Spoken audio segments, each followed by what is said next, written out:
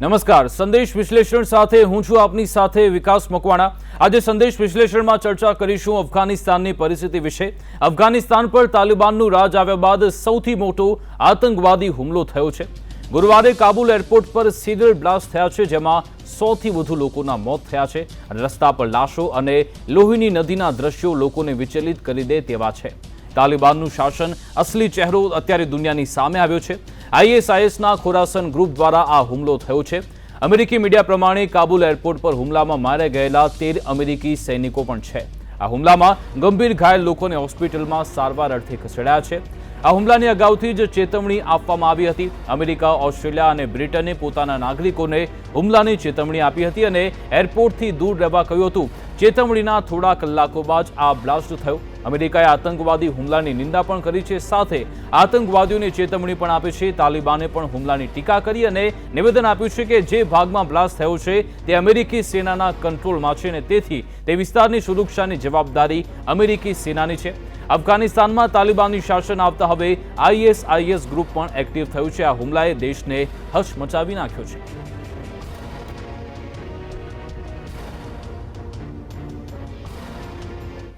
તો અફઘાનિસ્તાનમાં જે પરિસ્થિતિ જોવા મળી રહી છે, અફઘાનિસ્તાનની જમીન પર અન્ય આતંકવાદી સંગઠન પર જોવા મળી રહ્યા છે, તેવામાં ભારત તરફથી કેવા પ્રકારનો દ્રષ્ટિકોણ હોવો જોઈએ, અત્યારે રણનીતિ શું હોવી જોઈએ, આ તમામ વિશે વિશ્લેષણ કરીશું, ચર્ચા કરીશું। અમારી સાથે ગેસ્ટ પેનલ ઉપસ્થિત છે। અત્યારે અમારી સાથે રિટાયર્ડ લેફ્ટનન્ટ જનરલ શંકર પ્રસાદ જોડાઈ ગયા છે। સર, આપનું સંદેશ ન્યૂઝમાં સ્વાગત છે અને થોડી ક્ષણો બાદ જયંતિભાઈ આહિર પણ જોડાશે કે જેઓ रक्षा विशेषज्ञ છે।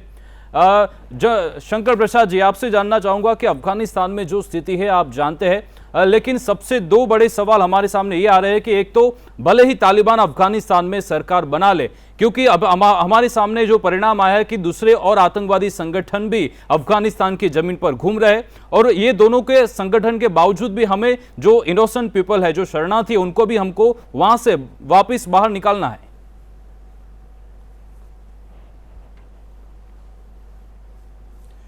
देखिए, हमें एक बात समझनी चाहिए कि आतंकवादी का ऑब्जेक्टिव होता है सिर्फ आतंकवाद फैलाना, चाहे वो आईएसआईएस के का हो, चाहे वो तालिबान हो, चाहे वो जैश ए मोहम्मद हो, चाहे वो लश्कर ए तोयबा हो, चाहे वो हक्कानी हो, चाहे वो हमास हो। इनका ऑब्जेक्टिव एक ही रहता है कि किसी तरह टेररिज्म को फैलाया जाए। इस ऑब्जेक्टिव को पूरा करने के लिए ये आपस में मिलते हैं, चाहे इनकी आपस में बातचीत ना होती हो, आपस में एक तरह से दुश्मनी भी हो सकती है, लेकिन जब एक ऑब्जेक्टिव सेम होता है कि टेरर को स्प्रेड करना है तो ये सब मिल जाते हैं। इस समय अफ़गानिस्तान की हालत एक सबसे ख़राब हालत हो रखी है। जिस तरह से टेररिस्ट ने, जिस तरह से अल कायदा ने, जिस तरह से तालिबान ने, जिस तरह से एलईटी ने, जिस तरह से पाकिस्तान के जैश ए मोहम्मद ने अफ़गानिस्तान में कब्ज़ा कर लिया है, तो जितनी भी वर्ल्ड के अंदर टेररिस्ट ऑर्गेनाइजेशन है वो सब इसका फ़ायदा उठाना चाहती हैं और इससे आगे बढ़ना चाहती हैं। तो ये कोई मेरे ख्याल से कोई प्रोफेशनल इसमें बड़ी बात नहीं है। जब भी इस किस्म के हालात होते हैं तो सब इस तरह की जो संस्थाएं होती हैं, जो तंजीम्स होती हैं, वो एक साथ मिल जाती हैं एक ही ऑब्जेक्टिव के लिए कि किसी तरह टेररिज्म को बढ़ोतरी दी जाए। ये बड़ी खतरनाक बात है। This is a very dangerous issue. बिल्कुल, we have given an opportunity. हम लोगों ने एक मौका दे दिया वर्ल्ड की टेररिस्ट ऑर्गेनाइजेशन को एक साथ जुटने के लिए। बिल्कुल सर, आपको नहीं लगता कि ये अमेरिका और दूसरे उनके सहयोगी देश के लिए सबसे बड़ा ब्लंडर है, क्योंकि 15 घंटे पहले अमेरिका, फिर ऑस्ट्रेलिया और फ्रांस, ब्रिटेन ने अलर्ट जारी किया था कि तमाम जो नागरिक है वो एयरपोर्ट से सुरक्षित और स्थान पर चले जाए, और उसके तुरंत बाद तालिबान की प्रेस कॉन्फ्रेंस आती, वो लोग बोल रहे हैं कि हमारे पास सिक्योरिटी अलर्ट है और सब हमारे कंट्रोल में है, और थोड़ी मिनट बाद यहाँ पे हमला हो जाता है। तो आप क्या इसको सबसे बड़ा ब्लंडर बोलोगे, क्योंकि ये जो हमला है उसको रोका जा सकता था? ये इससे बड़ा ब्लंडर हो ही नहीं सकता। मैं कहता हूं कि इसमें मैं प्रेसिडेंट बिडेन साहब को कोई इसमें वो नहीं देता। इसमें जो परेशानी है, इसमें जो फॉल्ट है इसका, वो अमेरिकन आर्म्ड फोर्सेस का है।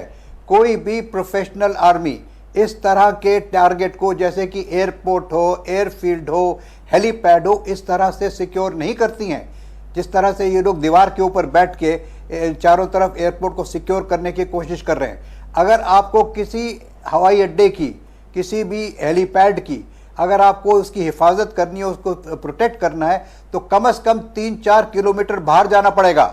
हम हिंदुस्तान में भी जब कोई हेलीपैड को सिक्योर करते हैं, कश्मीर में हो कहीं भी हो, जब भी कोई एयरपोर्ट को सिक्योर करते हैं हम लोग, तो हम एयरपोर्ट से हेलीपैड से कम 3-4 किलोमीटर डोमिनेटिंग पोजीशंस पे अपने आदमी बिठाते हैं, उसको सिक्योर करते हैं, वहाँ हथियार लगाते हैं। इसका रीज़न क्या है? इसका रीज़न ये है कि जब हवाई जहाज़ उतरता है तो 2-3 किलोमीटर पहले से, उतरने से पहले उसकी ऊंचाई बहुत कम हो जाती है और उसकी स्पीड भी बहुत स्लो हो जाती है। उस समय आप देखेंगे कि जो शोल्डर फाइल्ड मिसाइल्स हैं, उनसे एकदम से हमला हो सकता है जहाज़ के ऊपर और जहाज़ गिर सकता है। अगर आपको किसी जगह को भी प्रोटेक्ट करना है तो उसको बाहर से जाके प्रोटेक्ट करना है। आज अमेरिका ने इस किस्म की हालत पैदा कर दी है कि काबुल एयरपोर्ट को वो सिक्योर कर ही नहीं सकते। अगर वो चाहते हैं कि लगातार 31 या 30 तारीख तक उनके जहाज़ वहाँ उतरते रहें, तो ये अभी अगर तालिबान या इसमें ISIS-K या और कोई तंजीम चाहेगी तो उसको रोक सकती है। आप ये चारों तरफ से पेरीमीटर को इतना टाइट सिक्योर नहीं कर सकते। अगर एक भी कोई तालिबान ISIS का कोई भी आदमी अगर एक किनारे में बैठ के अगर जहाज़ के ऊपर एक मिसाइल फायर कर देगा तो जहाज़ नष्ट हो जाएगा। उसके बाद एयरपोर्ट बंद, कोई ना आ सकता है ना कोई जा सकता है। अब बिडेन साहब कहते हैं कि हम इस पर हमला करेंगे। कहाँ पर हमला करेंगे? क्या एयरफोर्स से हमला करेंगे? क्या काबुल के ऊपर बम गिराएंगे? कहाँ बम गिराएंगे? अब तो तालिबान सिविलियन पॉपुलेशन के संग मिलकर रह रहा है, तो कहाँ से पता लगेगा कि कहाँ तालिबान है और कहाँ पर सिविलियन है और कहाँ पर अमेरिकन ट्रूप्स हैं? तो अमेरिका ने इतनी गंभीर सिचुएशन अपने लिए क्रिएट कर दी है कि उनको समझ में नहीं आ रहा कि वहाँ से किस तरह निकले। इनके पास एक ही चारा रह गया है कि इसको नेगोशिएशन से दुरुस्त करें। तालिबान से कहीं बैठकर, दोहा में बैठकर, कहीं भी बैठकर बातचीत करें और बताएं कि आपकी क्या मांग है, हमें अपने नागरिकों को निकालने दीजिए, ये डेट को बढ़ा दीजिए। तो इस समय तालिबान की नेगोशिएशन कैपेबिलिटी अमेरिका से कहीं ज़्यादा हो गई है और they are going to negotiate from a position of strength. तो वो चाहेंगे, जो चाहेंगे वो अमेरिका को मानना पड़ेगा, क्योंकि इनके 2-3 हज़ार तो ट्रुप्स वहाँ पर हैं, इनके कई एक नागरिक वहाँ पर हैं, इनके कई एक सहयोगी वहाँ पर हैं। तो उनको अगर निकालना है तो they have no option but to sit on a table and negotiate and give in. जो तालिबान की डिमांड होगी उसको मानना पड़ेगा इनको। बिल्कुल शंकर प्रसाद जी, ये सारी सिचुएशन में आप भारत के चश्मे से ये सारी जो घटनाएं हो रही है उसको कैसे देख रहे हैं? भारत में भारत का स्टैंड क्या होना चाहिए? देखिए, भारत का स्टैंड, जहाँ तक कि हमारी सेफ्टी का सवाल है, हमें बहुत सतर्क रहना है। सारी वर्ल्ड की टेररिस्ट ऑर्गेनाइजेशन एक साथ जुड़ चुकी हैं, कहीं पर भी कुछ हो सकता है। आप देखिए, पिछले एक हफ्ते से लगातार वहाँ से इवैक्यूएशन चल रहा है काबुल से। कोई अमेरिका जा रहा है, कोई यूरोप जा रहे हैं जहाज़, कोई इंडिया जहाज़ आ रहे हैं। हम लोग वहाँ से ह्यूमैनिटेरियन ग्राउंड पे लोगों को निकाल रहे हैं। ये कहाँ गारंटी है कि 100% जो वहाँ से लोगों को इवैक्यूएट किया गया है वो सही लोग हैं, उनमें कोई गलत आदमी तो नहीं घुस बैठा? अगर आप ये इमेजिन करें कि जो अमेरिका यहाँ से लेकर गया है अफ़गान से लोगों को, उसमें अगर एक भी गलत टेररिस्ट चुपचाप निकल गया तो वो अमेरिका पहुँच गया। अब वो अमेरिका पहुँच गया, उसी तरीके से यूरोप पहुँच सकता है, उसी तरीके से इंडिया में पहुँच सकता है। तो हमें इस चीज़ को बड़ा ध्यान से देखना है कि कौन इस जहाज में इवैक्यूएट हुआ है और आगे चल के खतरा किस तरह से हमारे ऊपर आ सकता है। बिल्कुल, राष्ट्रपति વ્લાદિમીર પુતિને પણ આ જ મામલે શંકા વ્યક્ત કરી હતી કે અમે જો ત્યાંથી જો શરણાર્થીઓને લાવીએ છીએ તેમાં જો પ્રોપર ડોક્યુમેન્ટ્સ વગર કોઈ આતંકવાદી ઘૂસી ગયો તો અમારા દેશ માટે ખતરો હોઈ શકે છે। અમારી સાથે જયંતિભાઈ આહિર પણ જોડાયા છે, રક્ષા વિશેષજ્ઞ છે। જયંતિભાઈ, આ સમગ્ર પરિસ્થિતિને તમે કઈ રીતે જોઈ રહ્યા છો અને જે આતંકવાદી હુમલો થયો છે ISIS-K દ્વારા તેની જવાબદારી સ્વીકારવામાં આવી છે અને તેવું પણ કહ્યું છે આગામી સમયમાં આવા હુમલા પણ થશે। આ સમગ્ર પરિસ્થિતિને સાથે ભારતના દ્રષ્ટિકોણથી પણ આ ઘટનાને કઈ રીતે જોઈ શકાય? જયંતિભાઈ, તમે જો ISI ખોરાસાન જે 2014થી એક્ટિવ છે અને એ પાકિસ્તાન બોર્ડર સાથે અફઘાનિસ્તાનને ટચ કરી રહ્યું છે। હવે આ જે ઇસ્લામિક આતંકવાદી જે જૂથ છે એ ડાયરેક્ટ કે ઇનડાયરેક્ટ ક્યાંક ને ક્યાંક એ તાલિબાન સાથે, પાકિસ્તાન સાથે અને જે વહાબી મુસ્લિમ સુન્ની પંથ છે એની સાથે સંકળાયેલું છે। કટ્ટર ઇસ્લામને કેવી રીતે સ્પ્રેડ કરવો એ જ આનો એક ધ્યેય છે। અને આ આતંકવાદી માહોલની વચ્ચે જે અત્યારે લિફ્ટિંગ અફઘાનિસ્તાનમાંથી કરવામાં આવી રહ્યું છે તે એને તાલિબાનને પણ ચિંતા છે કે ત્યાંથી જે અત્યારે એન્જિનિયર છે, ડૉક્ટર્સ છે અને હાઈ સ્કિલ્ડ જે ક્વોલિફાઈડ લોકો છે ત્યાંથી જે ભાગી રહ્યા છે એનાથી પણ એને એવું મહેસૂસ થાય છે કે આવા સંજોગોમાં અમે અફઘાનિસ્તાનને કેવી રીતે ચલાવશું, અને આ કારણ પણ એની પાછળ હોઈ શકે ઇસ્લામિક કટ્ટરવાદ સાથે આવો એક કાબુલ એરપોર્ટ ઉપર માહોલ ઊભો કરી અને ત્યાંથી કોઈ પણ હિસાબે આજે માઇગ્રેશન જે થઈ રહ્યું છે અને કેમ અટકાવવું, એને કેમ ડિસ્ટર્બ કરવું, અને એની સાથે અમેરિકાને કેમ સંદેશ આપવો, યુરોપિયન કન્ટ્રીઓને કેમ ડિસ્ટર્બ કરવા, આ માહોલ અત્યારે આપણે જોઈ રહ્યા છીએ, અનુભવી રહ્યા છીએ, અને એનું દર્દ વિશ્વના દરેક દેશો, દરેક લોકો ભોગવી રહ્યા છે. બિલકુલ જયંતિભાઈ, ભારત માટે સૌથી મોટી થ્રેટ એ પણ છે કારણ કે ISIS ખુરાસાન છે કે જે અલગ રાષ્ટ્રની માંગણી કરી રહ્યા છે ઘણા સમયથી, અને તેનો જે નકશો છે તેમાં ગુજરાત, પંજાબ, રાજસ્થાન તેનો પણ સમાવેશ છે, જમ્મુ કાશ્મીરનો પણ સમાવેશ છે, અને જ્યારે ISIS કે તાલિબાન સાથે મળીને અફઘાનિસ્તાન પરથી જે લોન્ચિંગ પેડ જો બનાવ્યું હોય તો ભારત માટે કેટલો મોટો ખતરો?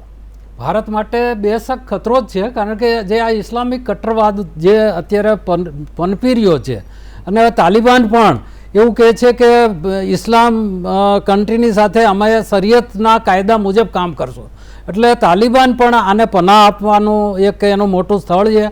અને તાલિબાન એક પાકિસ્તાન અત્યાર સુધી આપણે માનતા કે આતંકને નિર્યાત કરનારો દેશ છે, પણ હવે તો એક ઓફિશિયલ રાષ્ટ્ર અફઘાનિસ્તાન તાલિબાને કબજે કરી લીધું છે. તાલિબાન એવું પણ કહે છે કે કાશ્મીર માટે ભારતે કંઈક એવું રૂખ અપનાવવું જોઈએ કે જેનાથી મુસ્લિમોને કંઈક રાહત થાય. તો એનો એક ઇશારો એવો પણ છે કે કોઈ પણ હિસાબે પાકિસ્તાન સાથે મળીને અને ભારતની અંદર જે અત્યારે જે ડિસ્ટર્બન્સ ચાલી રહ્યો છે કાશ્મીરમાં એને વ્યાપ કરવો, ખોરાસાન જેમ એનું આતંકનું જૂથ જેમ વધારવાનું માગણી કરી રહ્યું છે, અને એના નકશામાં જે ભારતના દેશો સાથે ઈરાન, અફઘાનિસ્તાન અને ચીનનો પણ એક ભાગ એણે દર્શાવ્યો છે. એટલે આ બધો જે માહોલ છે એ પુતિનની પણ ચિંતા વ્યાજબી છે, પણ ચીનનું શું કહેવું છે, શું કરવું છે, અને એના દેખવાના અને ચાવવાના દાંત અલગ જોવા મળે છે.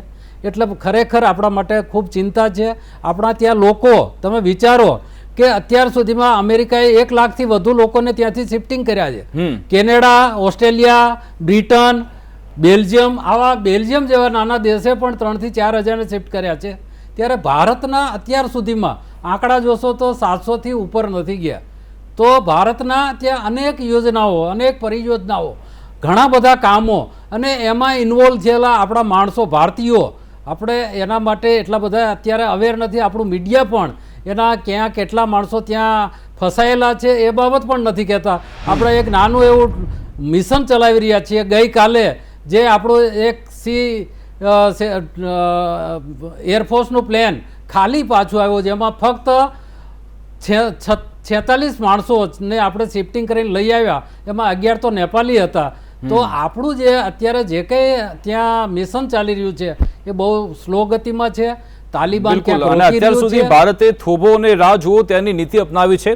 शंकर प्रसाद जी, भारत ने अभी तक क्यों वेट एंड वॉच की स्ट्रेटेजी अपना के रखी है? क्योंकि तालिबान और ISIS के दोनों साथ में मिल रहे हैं, साथ भी पाकिस्तान और चीन का भी मिल रहा है, तो क्या आगे चल के भारत की जो स्ट्रेटेजी है उसमें बदलाव लाना चाहिए कि नहीं?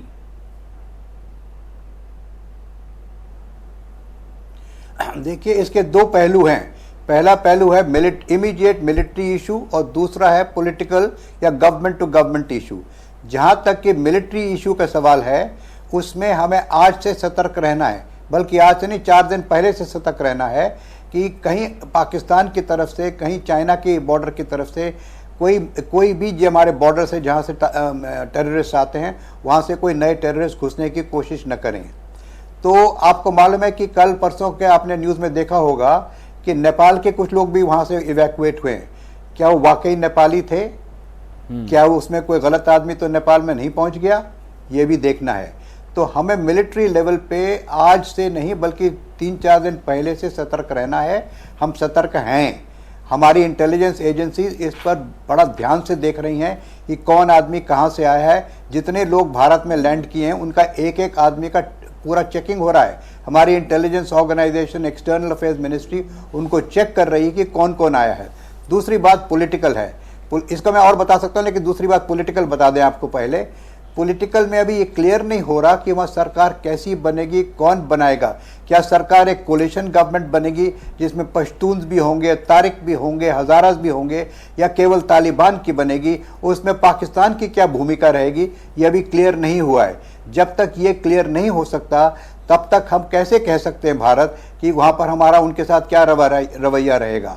हाँ, ये मैं ज़रूर कहूँगा, जिस तरह से हमारे फॉरेन मिनिस्ट्री साहब ने कल कहा है कि वील वेट एंड वॉच, मगर वेट एंड वॉच तो करेंगे, लेकिन हमें कहीं ना कहीं चैनल खोलने पड़ेंगे, चाहे दोहा में खोलें चाहे कहीं और जगह पर खोलें। जो एक्सटर्नल अफेयर्स मिनिस्ट्री को मालूम होगा कि वहाँ से तालिबान के साथ बातचीत भी करनी चाहिए, क्योंकि हमारे 500 वहाँ पे यूनिट्स चल रहे हैं। हमने 3 बिलियन डॉलर्स का वहाँ इन्वेस्टमेंट कर रखा है। अफगानिस्तान के लोग जो हमारे पुराने सैकड़ों साल से मित्र हैं, हमारी बड़ी अच्छी उनके रिलेशनशिप है, बड़ी अच्छी ट्रेड रिलेशनशिप है, तो हम अफगानिस्तान से दोस्ती बना के रखना चाहते हैं। लेकिन ये बातचीत अगर तालिबान से कहीं बाहर दोहा में कहीं हो सकती है तो शायद ज़रूर सरकार कर रही होगी, लेकिन ओपनली अभी हम लोग कोई स्टैंड नहीं ले सकते कि जिस किस्म की सरकार बनेगी उस किस्म का रिस्पांस, उस किस्म का स्टैंड होगा। तो अभी वेट एंड वॉच की पॉलिसी बिल्कुल ठीक समझता हूं मैं, लेकिन हाँ, कहीं ना कहीं जिसको कहते हैं कि दूसरी तरफ से टॉक, यानी कि पीछे से कोई टॉक हो रही है जिसको सिक्योर रखा जाता है, जिसको बताया नहीं जाता, तो वो बात शायद हो रही होगी और वो होनी भी चाहिए, क्योंकि हम चाहते हैं कि ये तालिबान समझें कि भारत उनका मित्र है। चाहे तालिबान का मित्र तो नहीं है, लेकिन अफगान के सिटीजन का तो मित्र अवश्य है। तो हम नहीं चाहते कि अफगानिस्तान के आवाम को परेशानी हो। यहाँ से भारत से कितनी दवाइयां जाती हैं वहां बिल्कुल, यहाँ से भारत से कितना उनका कम्युनिकेशन सेटअप है। भारत जी सर, अभी तालिबान को काउंटर करने के लिए पंजशीर भी एक रास्ता है, तो अभी तक पंजशीर के जो शेर है उनके लिए, जो वर्ल्ड कंट्रीज है वो उनके लिए क्यों साथ में अभी तक नहीं आ रही है?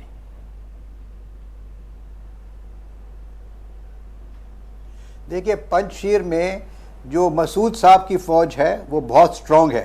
केवल फौज स्ट्रांग नहीं है, बल्कि उनकी ट्रेनिंग भी अच्छी है, उनका मोटिवेशन अच्छा है, उनका कॉज अच्छा है। और सबसे बड़ी बात यह है, जो पंजशीर वैली के अंदर घुसने के रास्ते हैं उनकी ट्रेन बड़ी रगेड है। अगर वो ट्रेन को आप ध्यान से देखें तो एक नदी गुजरती है, दोनों तरफ उसके पहाड़ियाँ हैं। अगर पहाड़ियों में आप अपने ट्रुप्स को बिठा देंगे तो उस वैली के अंदर कोई घुस नहीं सकता। उन पहाड़ियों के ऊपर एयर बम्बार्डमेंट भी करेंगे आप तो उसका भी इतना इफेक्ट नहीं होगा।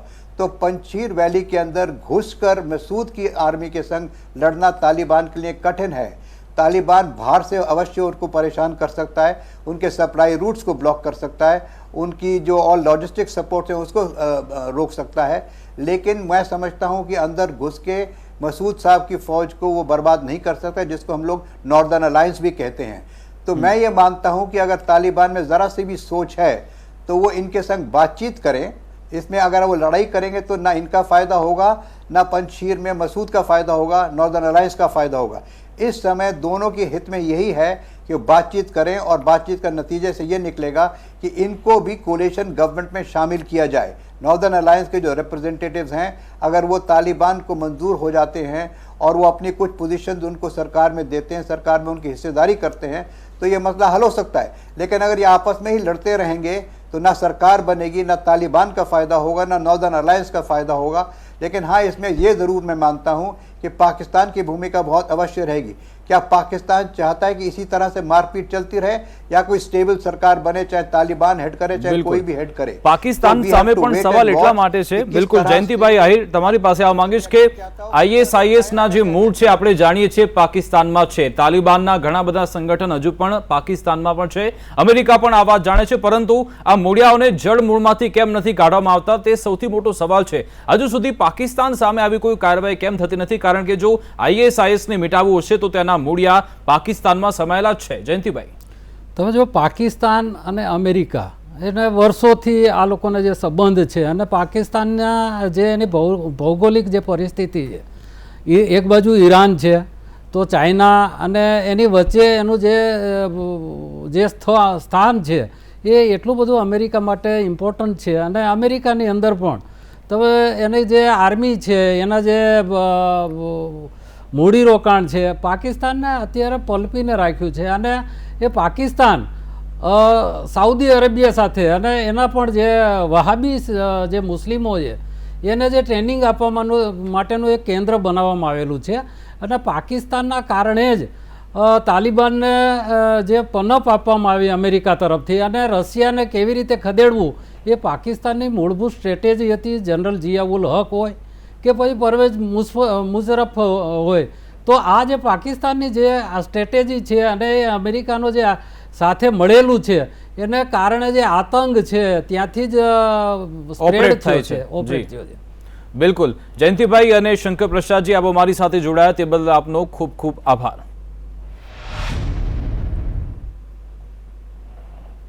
તો હવે નજર કરીશું સંદેશ ન્યૂઝપેપરમાં છપાયેલા અન્ય મોટા સમાચારો પર.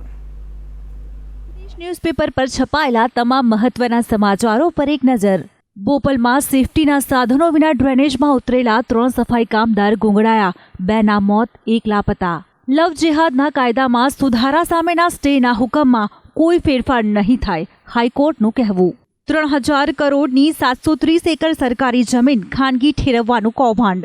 રોગચાળાનો કેર, સિવિલમાં રોજના 3500 કેસ, 16 સિવિલમાં બાળકને સ્વાઇન ફ્લૂ. દેશમાં નવી ડ્રોન પોલિસી અમલી, ટૂંક સમયમાં એર ટેક્સી શરૂ કરવાનો માર્ગ મોકળો થયો. અફઘાનિસ્તાનમાં સ્થિતિ ગંભીર, ભારતીયોને પાછા લાવવાને સર્વોચ્ચ અગ્રતા, એસ જયશંકરનું કહેવું. દેશ, પ્રદેશ અને વિદેશના તમામ મહત્વના સમાચારો જાણવા માટે આપ વાંચતા રહો સંદેશ ન્યૂઝપેપર.